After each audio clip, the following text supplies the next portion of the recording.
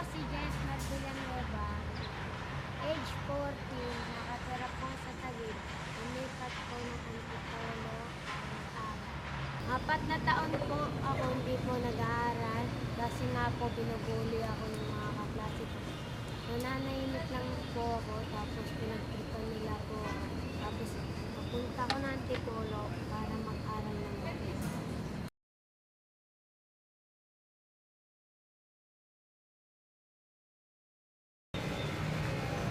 Ako po, ginagawa ko po sa bahay, nagbukas ko ng pinggan, tapos kumakain, maglalaro ko ng basketball. Pagkatapos ko po maglaro ng basketball, maglalaro ko, tapos may mga kaibigan po, naglalaro po ko ng basketball.